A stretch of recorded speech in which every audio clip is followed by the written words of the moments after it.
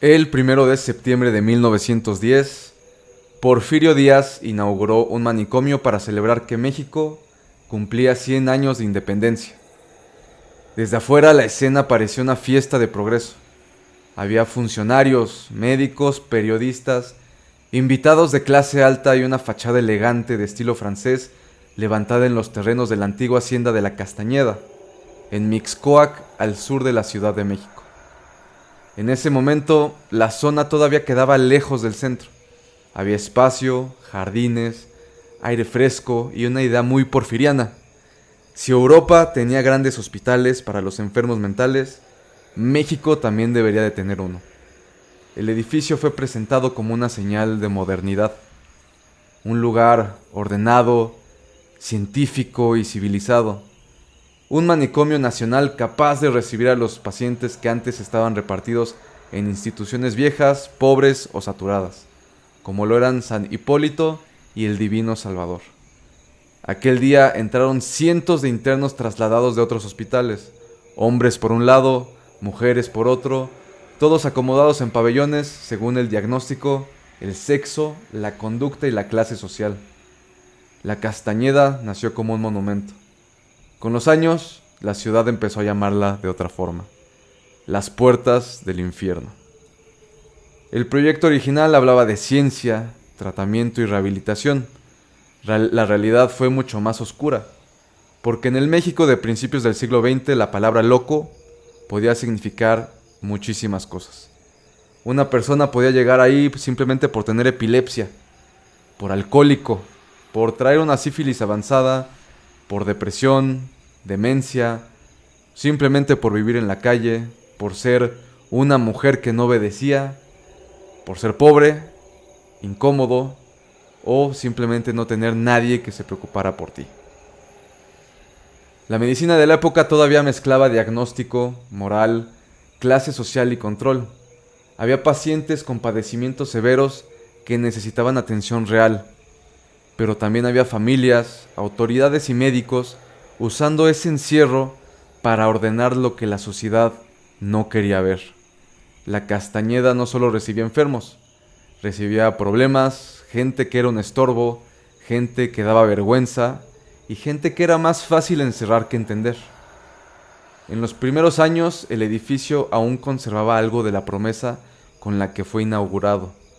Sí, había jardines, laboratorios, comedores, una biblioteca, dormitorios, talleres, consultorios y pabellones. La idea era que cada grupo estuviera separado: los tranquilos con los tranquilos, los peligrosos con los peligrosos, los infecciosos con los infecciosos. También existía el pabellón de distinguidos. Ese nombre creo que decía más del país que del hospital, porque hasta en la locura había clases sociales. El paciente pobre podía terminar en un dormitorio saturado, vigilado, castigado y olvidado. El paciente con dinero podía tener mejores condiciones, otro trato, otra comida, otra posibilidad de que su sufrimiento fuera llamado nervios, melancolía, cansancio, mas nunca degeneración. Para los pobres el diagnóstico muchas veces era una sentencia, mientras que a los ricos simplemente podría ser un descanso.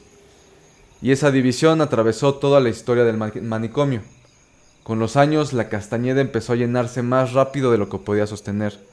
La Revolución Mexicana trajo caos, pobreza, soldados rotos, familias desplazadas, alcoholismo, enfermedades venéreas, personas sin hogar y una ciudad incapaz de absorber tanta miseria. Muchos terminaron en el manicomio no porque hubiera un tratamiento para ellos, sino porque no había otro lugar a donde mandarlos. La institución fue creciendo hacia adentro. Cada década añadía más pacientes, menos espacio, más diagnósticos, menos médicos, más camas improvisadas y mucha menos comida. El edificio que había sido inaugurado como orgullo nacional empezó a podrirse. Las crónicas y relatos posteriores hablan de ventanas rotas, falta de medicinas, plaga de ratas, pisos de madera vencidos, pabellones saturados y baños que ya no funcionaban. Cuando no había camas suficientes, quitaban colchones para meter más cuerpos en el mismo espacio. Algunos pacientes dormían donde podían, Otros caminaban por patios y pasillos sin saber si ese día podrían comer, si recibirían un baño o si este baño sería con agua helada, o si simplemente alguien los llamaría por su nombre. En algunos relatos se dice que los pacientes llevaban botes amarrados al cuerpo para recibir comida. No era una imagen de película, era una imagen de abandono. Un recipiente colgado con un mecate, pan duro, una ración miserable y la resignación de alguien que ya no esperaba mesa, plato ni dignidad. También se contaba que, cuando había visitas, algunas internas bajaban latas amarradas con hilo desde los pisos superiores para que la gente les pusiera pedazos de pan. Luego subían la lata como quien saca agua de un pozo, solo que ahí no estaban sacando agua, estaban jalando algo para no seguir con hambre.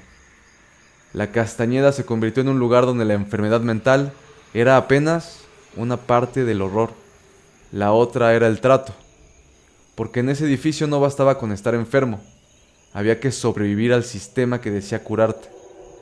Uno de los tratamientos más recordados era el baño de tormento.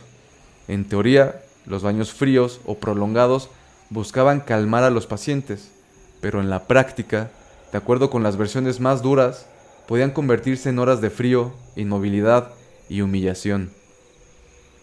Cuando no había tinas o hielo suficiente, algunos relatos hablan de grupos de pacientes sacados al patio y mojados con mangueras de presión. La idea era calmarlos.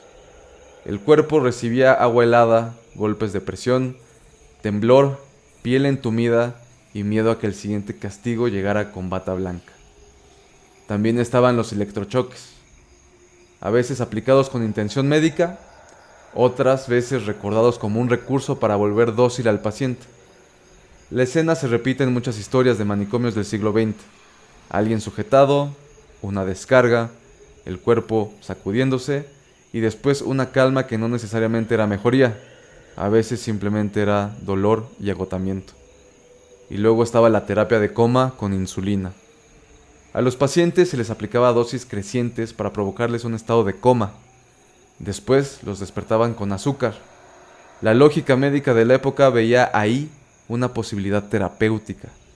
La memoria popular vio otra cosa: cuartos enteros de personas llevadas al borde de la muerte una y otra vez, despertadas a cucharadas, como si la mente pudiera reiniciarse apagando el cuerpo.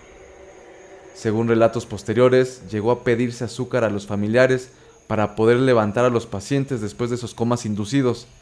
Azúcar para regresar a alguien del borde. Azúcar como parte de una terapia que podía matar si algo salía mal. Y alrededor de ese tratamiento nació una de las historias más perturbadoras de la Castañeda, la historia del ácido. Algunas versiones cuentan que, en un descuido, alguien confundió azúcar con una sustancia usada para limpiar pisos. En unas versiones fueron pacientes en coma, en otras enfermeras durante una comida.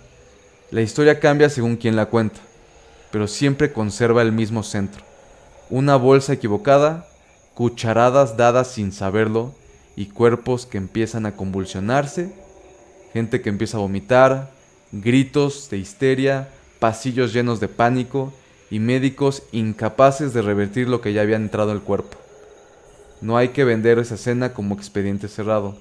Vive entre la crónica, el rumor y la leyenda negra. Pero sobrevivió porque encajaba demasiado bien con lo que la gente ya creía de ese lugar. La Castañeda era un sitio donde la línea entre tratamiento, un error y además castigo se había vuelto borrosa. Un accidente así parecía posible, porque todo alrededor era igual de horrible.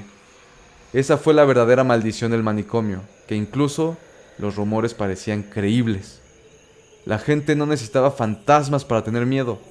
Le bastó imaginar un pabellón con cientos de personas, un solo médico de guardia, ratas en los pisos, todos con hambre, mujeres pidiendo pan por las ventanas, cuerpos dormidos por insulina y enfermeros apenas aprendiendo a curar, mientras el lugar se les caía encima. La Castañeda también tuvo archivos, y esos archivos son quizá la parte más fría de ese terror. Porque cuando uno piensa en una institución así, imagina estos pasillos con todos estos gritos y todas las puertas cerradas, pero el verdadero encierro muchas veces estaba en una hoja de papel, en un expediente, una firma o una carta que nadie contestó porque a nadie le importaba. Un diagnóstico escrito con palabras que hoy suenan crueles, pero que entonces podían determinar si una persona salía o se quedaba dentro durante años. Uno de esos casos fue el de José. Según los estudios y relatos sobre los expedientes, José ingresó a la Castañeda por alcohólico en 1911. No pasó ahí una semana, ni un mes, ni un año. Él estuvo encerrado ahí décadas.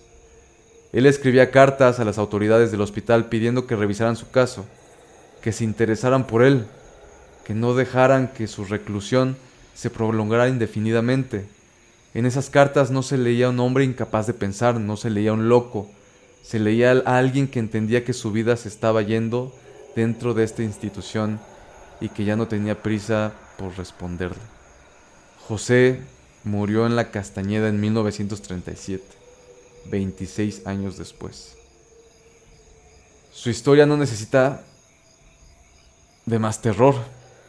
Tiene todo lo peor, que es un hombre cuerdo, escribiendo, suplicando su salida y esta institución dejando que el tiempo hiciera el resto. También estuvo el caso de Ángel. De acuerdo con los relatos sobre los expedientes, Ángel había sido ferrocarrilero y telegrafista. Él era un hombre educado, escribía bien, pensaba, hablaba. ¿Había tenido problemas con el alcohol? Sí, pero en una de sus entradas al sistema psiquiátrico se registró algo que muestra el absurdo del mundo en el que vivía. Su falta podía resumirse en haber agredido de palabra a una persona de buena sociedad dentro de este lugar. Él no estaba loco ni delirante, no sufría de alucinaciones. Él distinguía perfectamente entre el bien y el mal, pero él era incómodo para los demás. Petulante, según los médicos. Jactancioso.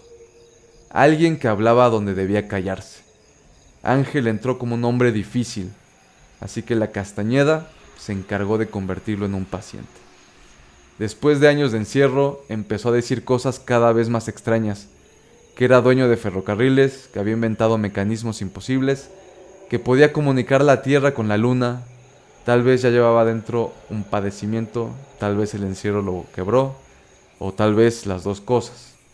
Pero eso es lo horrible de estos expedientes, que podrían convertir a una persona sana en una persona con ya una locura enredada. A veces muestran a una persona encerrada hasta volverse loca. Las mujeres tenían su propio infierno. En la Castañeda, una mujer podía ser internada por romper las reglas en la casa, por deseo sexual, por rebeldía, por querer cantar, bailar, fumar, leer sus libros, escribir cartas eróticas o simplemente por no soportar a su familia. A muchas se les ponían diagnósticos que hablaban más de la moral de la época que de la mente del paciente. Las tachaban como histéricas, ninfómanas, degeneradas y desequilibradas. Palabras con apariencia médica para decir que no obedece. Casos como los de Consuelo y Amalia aparecen en relatos sobre el manicomio como ejemplo de esa violencia moral. Jóvenes, intensas, sexuales, incómodas para sus familias, mujeres que entraban y salían o que incluso preferían volver a la Castañeda antes que regresar al ambiente que las había enviado ahí. Eso vuelve el lugar más difícil de mirar con una sola frase.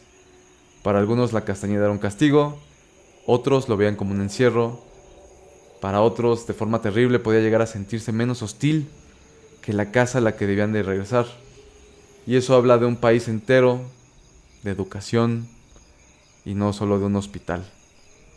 Muchas familias escribían para pedir que sus parientes no fueran dados de alta. Algunas lo hacían por miedo real. Había pacientes violentos, alcohólicos severos, personas que podían representar un peligro en la casa. Pero también hubo familias que usaron el manicomio para deshacerse de un hijo, de una esposa, de un abuelo, de alguien que estorbaba o los avergonzaba. Los médicos podían considerar que una persona estaba lista para salir, pero si la familia pedía lo contrario, se quedaba. Así se sobrepobló el manicomio, con enfermos, pobres, abandonados, personas sin familia y personas cuya familia prefería pagar antes que regresarlas. La Castañeda fue hospital, asilo y depósito. Y cuando un lugar se vuelve depósito de seres humanos, todo empieza a oler mal, aunque las paredes estén recién pintadas. Para la década de 1940, el problema ya era imposible de esconder. El modelo de asilo estaba rebasado, la Ciudad de México había crecido hasta tragarse Mixcoac, lo que en 1910 había parecido un retiro fuera del bullicio, ya estaba rodeado por la expansión urbana. El manicomio seguía ahí, viejo, lleno e incómodo para un país que quería verse moderno. Afuera, México estaba cambiando, pero dentro, los pacientes seguían detrás de esas puertas. Entonces el Estado empezó a pensar en el cierre. No de golpe, no como un acto de justicia, sino como una reforma. Primero se impulsaron granjas y hospitales campestres para sacar pacientes de la Castañeda. La idea era que el trabajo agrícola ayudara a rehabilitarlos, que la naturaleza y la disciplina del campo hicieran lo que el viejo manicomio ya no podía. Algunos pacientes fueron trasladados a esos nuevos espacios. En papel, sonaba humano. En la práctica, para muchos fue otro traslado sin regreso. Gente que había entrado a la Castañeda pasó de un encierro a otro, de un pabellón a una granja, de un expediente a otro archivo. El país podía decir que estaba cerrando el manicomio viejo, pero muchas vidas siguieron encerradas en otra parte. La clausura llegó hasta 1968. Ese año, México se preparaba para los Juegos Olímpicos. La capital quería mostrarse moderna, funcional y limpia. Y en medio de esa imagen, la Castañeda era una ruina incómoda. El 29 de junio de 1968, el manicomio se cerró oficialmente. Los pacientes fueron enviados a otras instituciones. Después vinieron las máquinas. La demolición intentó borrar el edificio, pero no pudo borrar lo que había pasado ahí. Parte de los terrenos se transformaron en unidades habitacionales, escuelas, calles y espacios urbanos. La ciudad siguió creciendo encima del manicomio, como si el concreto nuevo pudiera tapar lo que había debajo. Pero la Castañeda no desapareció del todo. La fachada fue rescatada y trasladada piedra por piedra a Amecameca. Ese detalle parece sacado de una historia gótica. El manicomio fue destruido, pero su rostro sobrevivió en otro lugar, lejos de los pabellones, lejos de los patios, lejos de los pacientes, como si México hubiera decidido conservar la cara bonita y dejar enterrado el resto. Y donde antes estuvo el manicomio nacieron otras leyendas. Con el tiempo se habló de túneles, que se escuchaban voces, que pasaban sombras, de estudiantes que sentían presencias, de una niña con una pelota, de una mujer mayor que caminaba cojeando, de pasillos que, según la tradición oral, todavía guardaban algo del lugar anterior. Algunas de esas historias pertenecen al folclore de quienes estudiaron o vivieron cerca de la zona. Otras son rumores amplificados por internet. No hay que tratarlas como expediente, hay que tratarlas como lo que son. Formas en que una ciudad procesa un terreno con memoria. Porque la Castañeda no necesitaba estar embrujada para cargar con sus propios fantasmas. Sus fantasmas ya estaban en los expedientes, en esas cartas que nunca se mandaron, en los pabellones, en los colchones, que ya nunca estuvieron en el mismo cuarto para hacer más espacio para más cuerpos, mujeres pidiendo pan desde ventanas, en pacientes que entraron por alcohólicos y murieron décadas después sin una sola respuesta, en los cuerpos tratados con agua helada, electricidad o insulina, en médicos que intentaron curar dentro de un sistema que no existía. La Castañeda fue inaugurada como símbolo del progreso porfiriano, también recordada como una advertencia mucho más oscura que cualquier leyenda de aparecidos, lo que pasa cuando un país convierte la vergüenza en diagnóstico, la pobreza en enfermedad, la rebeldía en un síntoma y el abandono en tratamiento. Por 58 años, más de 60,000 personas pasaron por ahí. Algunas recibieron atención real, algunas sí mejoraron, Algunas alcanzaron a salir, pero otras, muchas, quedaron atrapadas en una maquinaria que confundía cuidar con apartar. Por eso la Castañeda da miedo, porque no fue una casa maldita, no fue un asesinato, no era un monstruo, fue algo peor. Era una institución que estaba funcionando y que funcionó por décadas, con la autoridad suficiente para decidir quién pertenecería a ese mundo y quién permanecería encerrado. Sí, el edificio cayó, los pabellones desaparecieron, pero la historia siguió respirando debajo de ese concreto. Y quizá por eso, tantos años después, cuando alguien habla sobre la Castañeda, no piensa primero en la fachada francesa ni en los discursos del centenario de independencia.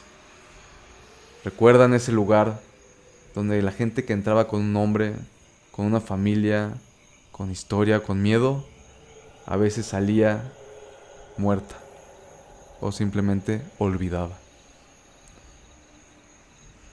No sé por qué todo este tiempo leyendo la historia me acordé de Mauricio Imay. Me imaginé ese güey ahí echándole agua a la gente. Pero bueno, esta historia está muy real. O sea, siento que lo terrorífico de esta historia es la crueldad del abandono, más de la época, pero tampoco es como para ser medio ignorantes y decidiosos en saber que esto podría pasar hoy.